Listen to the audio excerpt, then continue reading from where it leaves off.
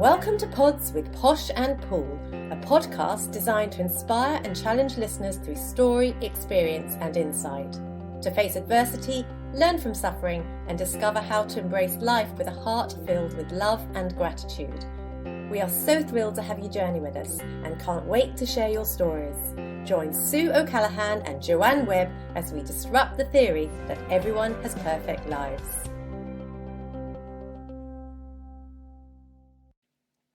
Hi, thanks for listening. We are so pleased to welcome you into our Pods with Posh and Paul tribe. Today's guest certainly knows what it's like to face adversity and is here to speak about how you can ignite your inner grit. She grew up in a rough, violent and racist neighbourhood in the UK and was the victim of much abuse. It was there that she started to develop her gritty attitude, an attitude which helped her survive, and in turn was the catalyst to her success as a serial entrepreneur and to her owning her own employment agency in Singapore. Today's message: ignite your inner grit to achieve your goals and overcome adversity. We're so thrilled to welcome Dee Allan. Hi Dee, lovely to have you here. Welcome on board. Thank you so much. So you are currently living in Singapore with your new husband and a couple of children, and you are running your employment agency, 3C Synergy, is that right? That's right, yeah. But you have got more of a story than that. You're obviously this really successful entrepreneur now. You've got drive, ambition. But do you want to take us back a little bit and tell us a bit about your story? Yes, absolutely. I'll come to the entrepreneurial part because that has been a major roller coaster of ups and downs, and it definitely hasn't always been successful. And I myself am at a major pivot, which is interesting. But I'll go back to the story. I'm born and brought up in the UK, and I grew up in a really rough, racist, violent neighbourhood in the UK called Basingstoke, which is an interesting place. And it was in that environment that I guess I didn't know it then, but now I look at it, I developed my grit muscle, because it was a case of surviving the day without getting beaten up, because you're the wrong colour. Just surviving various levels of attacks, whether it's verbal, physical. So we lived in Basingstoke, that was for about a decade, and then moved to Southampton. So I spent my teens and my party years in Southampton, and my parents are still there. I kind of look at my life as the Basingstoke days, where I grew up with my formative years, and then my teenage and early 20s in Southampton. So we do have these chapters in our years, don't we, Dee, where we can sort of sectionalise them and we kind of talk about, well, your Basingstoke years, obviously, as you say, were quite difficult. And you talk about racism. Was that racism at school? Was it racism in the community? What did that kind of look like for you? My parents owned a shop, and we lived on top of this shop, and it was in a really shitty council estate. And clearly my parents did zero due diligence and they didn't notice that there's no other brown people in the neighbourhood. That would have probably been a clue. But they got this shop, and so they were entrepreneurs, and they wanted to run this shop. But right opposite the shop was a pub, and that was full of drunk racist thugs. And so those groups and gangs would basically spend a decade terrorizing my family. And so the way that would look, that could be anything from the very basic name calling to, graffitiing our walls with "Packy go home," or throwing stones at my brother and I, to physically beating us, to smashing our windows with stones, to smashing, or our shop would be constantly smashed up. When the bar closed, the drunks would come out and smash our shop and then run in, steal alcohol. They would be really creative, throw used condoms in our freezers in the shop. Who does that? They would come upstairs to our flat and put their condoms through the post box. It was nasty. And then there's all these incidents that, if you were doing this podcast with my mum, she would have a stack of her experiences that her and my dad went through being the adults. And my mum became this mama bear protecting her three young, And so for me, there were some incidents that were really violent, where I was really badly beaten up by groups of gang of girls and sprayed in my eyes with deodorant. And That must have been when I was about 8. So I had actually, thinking about it now, because after that particular incident that I talked about, that I talk about being beaten up in this playground, this group of girls jumped me. And my brother and I were playing. My brother ran off to get help, but at that moment I was all alone. And so they did whatever they did. And then I remember the deodorant, because I couldn't see. I was temporarily blinded because my eyes were burning. And I just remember after that incident that I, as a child, just became extremely withdrawn and like full of crippling fear. I'd gone from being this kind of real outdoorsy, high-spirited, active girl that wants to be out all the time to just wanting to stay home. So I wouldn't go out. I wouldn't go out anymore. So I stayed at home in my room, and I didn't even want to speak to my family. I was quite humiliated and ashamed of being brown. And I remember as a girl hating being brown. I would be in the bath trying to scrub it off. It must have been so heartbreaking, and it's really hard what children have to go through. And when you think about, it's our early years that build our personality. So I know you're saying it's where you got your grit from, which I gather you've turned your pain round into your strength. Yeah, totally. Because all I know is that I was at home and I would be peeking out of the window watching other kids playing downstairs, and I wanted to go back out. And weeks and months went past where I'm just not going out to play anymore, and it bugged me. I need the freedom, right? And so I remember making a decision as a girl that I'm gonna go out. I'm not going to show them I'm scared, even though I am. I am so excited to hear that, as Jo said, you've turned your life around. So we've heard how, how painful it must be. And we grow up in such a global society now, so many listeners wouldn't be able to relate to that. But I know Basingstoke really well. And I grew up not far, actually, and I worked in Berkshire. And I know that it was very white middle class. It must have been very frightening for you to be so young and to be so frightened. And you talk about shame, and you talk about crippling fear, and talk about being withdrawn. And then you talk about this amazing grit and determination to make a pact with yourself that you weren't going to let it affect you. Was there a turning point then? Because I'm dying to hear what's happened since then and what you've done with it, because it sounds like you've done something amazing with it. But was there a turning point where you then decided to go on your own path and journey and not let it affect you? Because I'm guessing there must have been quite a healing journey to go on through that as well. Well, the adversity as a child, like now as an adult, I look back at it, I see the breadcrumbs of the patterns of resilience showing up, and the moments where I have had to face the fear, to step through the fear, if that makes sense, as a child, and then at all various points as an adult. Yeah. And so the patterns have been clear, I guess, for me, that when I'm in a pressure situation or gripped by a certain fear, the way I've managed to work with that fear is to face the fear. And so as a child, this is my earliest memory of when that happened, is when I went back out to play, right? And it's what's so interesting is I ended up winning the respect of the very kids that hated me, because I ended up, as kids do, like I started to be a bit challenge them to things that I knew I was good at. I was really fast. I was a fast runner, and I was really good at playing marbles. So I would sort of be a bit cocky and be like, all right, I'll challenge you to a game of marbles. And, we would do the negotiation for the marbles because I had a reasonable collection. And I started to beat them at these marble games. And then in the end, I won their respect through play, if you like.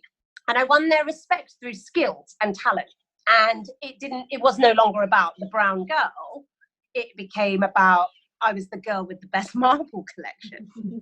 And so it's just, so it's not that the racism stopped, but I guess I found a way to create a position for myself in that neighbourhood.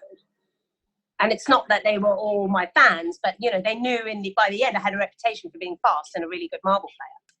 That's my earliest memory of kind of feeling fear and facing fear, and I guess taking the attention off the negative thing for them, the racist part, and focusing more on my strength. And then a couple of years later, then you moved to Southampton. So you gained the respect of your neighbourhood, which you actually probably taught those kids a few lessons as well. You taught them to see a person, and you taught them to see skills and not a colour. So while you were being resilient and using your grit and determination, little did those other children know, but you were actually teaching them some lessons as well, which is great. You know, most of the kids probably didn't even realise why they were being racist, because copied behaviour, and it's small-minded behaviour, which is unkind. So you taught them a thing or two, and then you moved to Southampton. So did you come across anything similar there? So I spent about a decade in Basingstoke, and then we moved to Southampton in my when I was about 13. So I joined my secondary school, like they had already started, and then I joined. So in my secondary school, they had already formed their groups, if you like. And so we ended up in this school because my brother and I convinced my parents we wanted to be together, and this was the closest school. But this school really wasn't a great school. Just to put it into context, this was the type of school that I was the only brown person, me, my brother. There was one other black girl who till this day is my best friend, who lives in Australia. And all my other friends there, I would say the majority of them, or like the friends I hung about with at that time, are like grandmas already. There was massive teen pregnancy, etc. Yeah, it was a rough school in a council estate. I was used to that, but this was a different level of stuff. Now you're getting into like the drugs and things that are really available. You know, real underage sex and the pressure, and then also lots of feelings of rejection, because this is the teen years. So, you know, nobody wanted to kiss me or my black best friend, you know, there was still like, I don't know, like people know like the NFs, the National Front. So that's a racist gang group, and you can recognize them with their skinheads and their DM boots, and they'd wear bomber jackets. So where I went to school, there would be lots of NF members hanging around, drinking in gangs, etc. So, you know, the racism didn't go away. It just changed in its level of sophistication. Yeah. And I gather what you're talking about is you still going on that journey of learning resilience. You're identifying who you are, you're identifying you've got another black girlfriend, and that she's also sensing that she doesn't fit in. You're in gang warfare. And I guess also, if you're talking about young teen pregnancies and drugs, those girls, I guess, have gone on their journey through life. And you talk about they look like grandmas now, so they've gone on their own separate journey. Let's fast forward to today. You're happily married. You've got 2 children who are about to finish school because you're on COVID lockdown. And where are you at today? Tell us, let's fast forward. Yeah, I'll fast forward. So in 2007, I decided to uproot from the UK and come to Singapore to set up a business and employment agency. And I did that with my then husband. And so we turned up on the shores of Singapore to launch this employment agency right at the beginning of the economical downturn, which is a really crappy time to launch any business, let alone an employment agency, you know, which relies on finding people jobs at a time when people are being made redundant. It's not prime conditions, but we grafted like hell. And then we opened an office in 2010 in Hong Kong. So that our employment agency journey has been super interesting, because it's still open now, but I'm exiting. It's been an up and down journey, and that it's about a 14-year story. But I've also 5 years ago separated, and I've gone through a divorce, and yet I still owned this business with the ex, you know.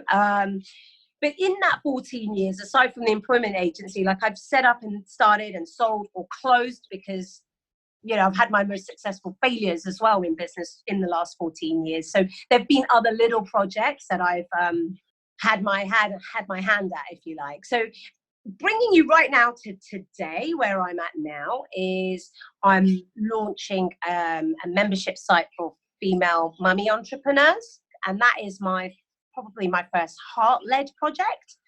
And right now, because of COVID-19, I am troubled by all the redundancies and job losses that people in my own circle and beyond are starting to feel the repercussions of.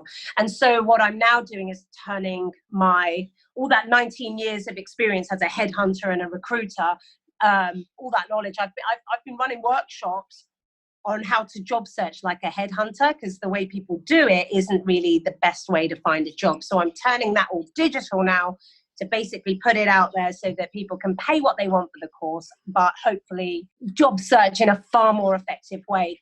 And that's my kind of thing. So Dee, our podcast, as you know, is all about learning resilience and overcoming trauma and crisis and using those skills. So for listeners that are struggling right now, what is that message to them that we can put across to them? What are the tools, techniques? What was it that enabled you to get to a place of failure or disaster or hurt and pain into success? What can we put out there? Yeah. That's a really good question. Thank you for asking that. And I've boiled down, so when I think of the topic of grit, right, having grit, being resilient. So if you look at grit, the dictionary definition is having courage and resolve. And I find when you look at grit, it's such an abstract thought that, you know, we all want to have grit, but how do you get grit? How do you become gritty, right? So for me, I see it in two parts. I see the first part as igniting your grit, and then the second part of maintaining or being gritty over the journey. So if I look at the first part first, igniting grit, we can't get gritty about every single thing in life towards our goals. But the whole point is with Angela Duckworth is the grit researcher, and she has found that when it comes to talented people versus gritty people, it's the grittier people that tend to be more successful, meaning that they tend to fulfill their goals versus someone who may have talent but no grit. So that's super interesting. So for me, how do you ignite your grit? Which goal do we focus on? So I boiled it down to three things. The first thing I always say is when you're going to ignite your own grit and really work out which goals matter or not, is to start with a position of what do you care about from an inner, deep in the gut place. What do you really care about? So as a kid, I cared about freedom. That's where I started. When I was stuck in my room and looking at kids outside playing, I was self-imprisoned in my room and I wanted to play outside. My freedom was the thing I cared about. And because that was so powerful and so strong, that compelled me to the next step, which is I need to have courage now. You have to call upon your courage. You have to be prepared to be brave about something. So for me, if I was going to step outside as a kid and play again, I needed to have the courage to do so, knowing that the people that were making my life a misery were outside, right? And I would have to face them and possibly take beatings again, etc., etc. And the third thing is a decision. You have to make the decision. It's really simple, you know, the decisiveness. So the day I went, I'm going out to play, and even if I see these people, I have decided that if they say something to me, I'm going to say something back. If they throw a stone at me, I'm going to throw a stone back. I have decided. I'm operating from a position of courage. Come what may, I have decided my freedom is what I care about. I'm going to step out with courage. When it comes to our own goals today, like many of us are at home now, right, with COVID-19. And I'm asking myself the same stuff. Dee, what do you care about? Like, what are the things I want to focus on? I might have my business things that I care about, but actually what's ended up happening is I'm focusing on doing this whole making this job search course digital, because actually what I care about right now are all the people that I love and know and don't know who are losing their jobs. I care about humanity at the minute.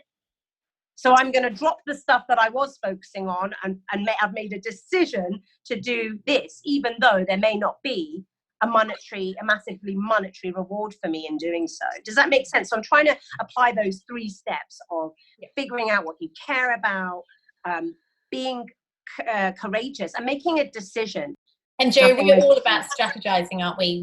We give tools and techniques to our podcast listeners about strategy. We talk about goal setting, we talk about being in gratitude and being in positivity and changing mindset. Where do you feel, Jo, that lies in according to what you're hearing? Those lovely 3 steps. I think it's all amazing. I love them and I love all the words that are there. And I think the underlying thing is like basically you're asking, what do you care about? That the other way that we put that sometimes is, what is your why, isn't it? Yeah. You know, go back to that as well. What is your why? Why are we doing this? You know, Sue and I are obviously building this business and really trying to raise mental health. What is our why? Because the suicide statistics in New Zealand upset us greatly. We love teenagers.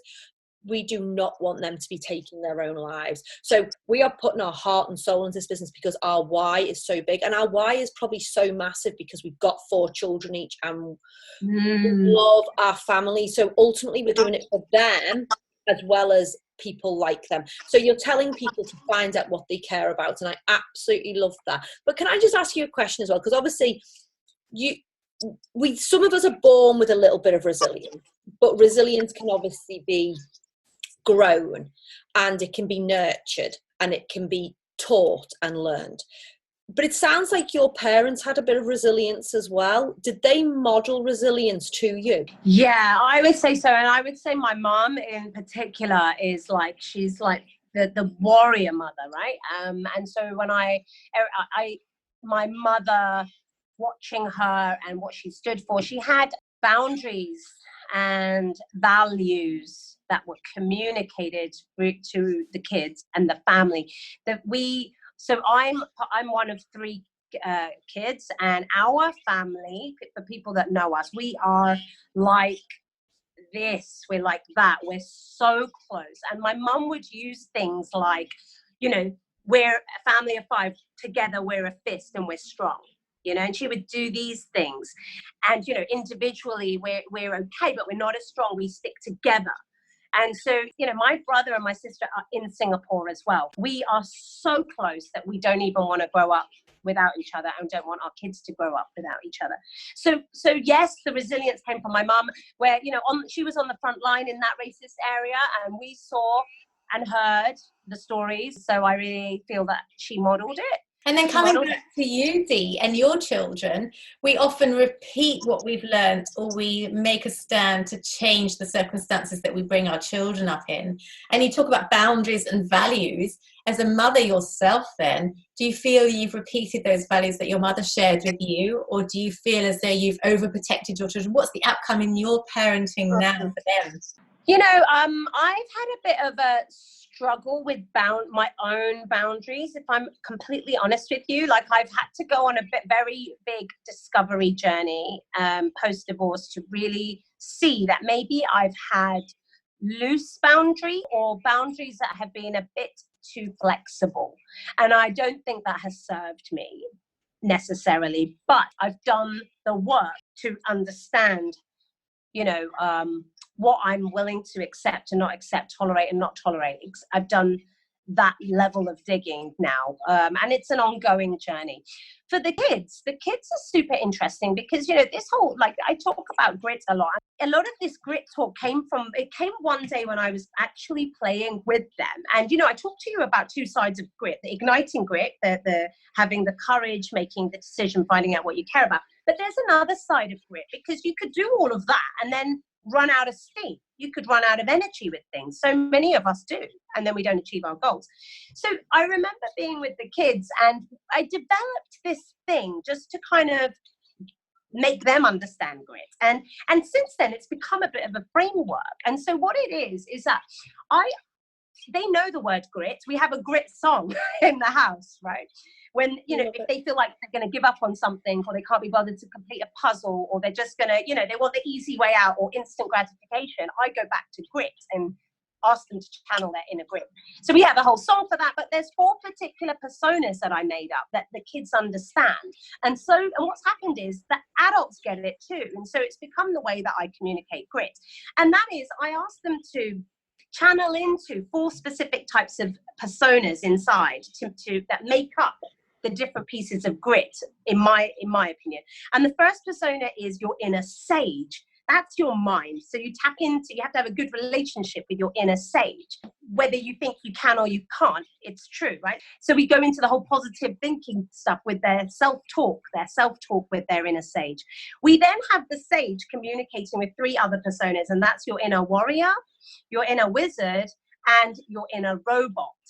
And so your robot is responsible for the productivity of you doing things, you know, showing up and doing all those micro or all those little rituals and tasks that get things done. Your robot and planning in your productivity and your scheduling, your robot does that. If that's something you struggle with, you outsource that to another robot.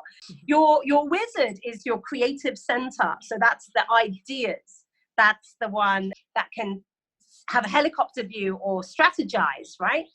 And be creative.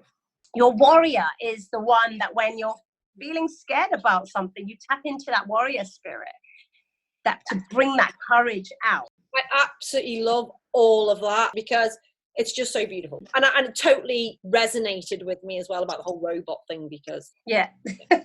Anyway, Here we go. Dee, you have gone on your journey from childhood adversity, childhood suffering. You have lived through a lot. You've been put through a lot, but you've made it. You've learnt lessons. You've achieved things. And as you say, even in your biggest failures, they've been your biggest lessons, which is amazing. And you put everything around the word grit, and we love your definition of grit. So if we could leave one message for our listeners, what would it be? I would say my one takeaway for listeners would be to just go back to keep it super simple. What do you care about? That's it. It starts there, but you go deep as you can till you really feel it in your bones, because that will give you the energy that you need to succeed in whatever it is you're facing to, if you're coming from a position of what you truly unapologetically care about. I love that. And that care, that place of care and that deep gut instinct is often where your passion and purpose is. So I absolutely love that message. Thank you so much for your time today. Thank you for having me. Thank you, ladies. Thanks so much for being with us today. For us to inspire others to live their magnificently imperfect life, please subscribe and leave us a 5-star review on iTunes or on your podcast app. You can also follow us on Instagram and Facebook at Pods with Posh and Pool. We can't wait for you to join us on our next episode. Love, light and peace.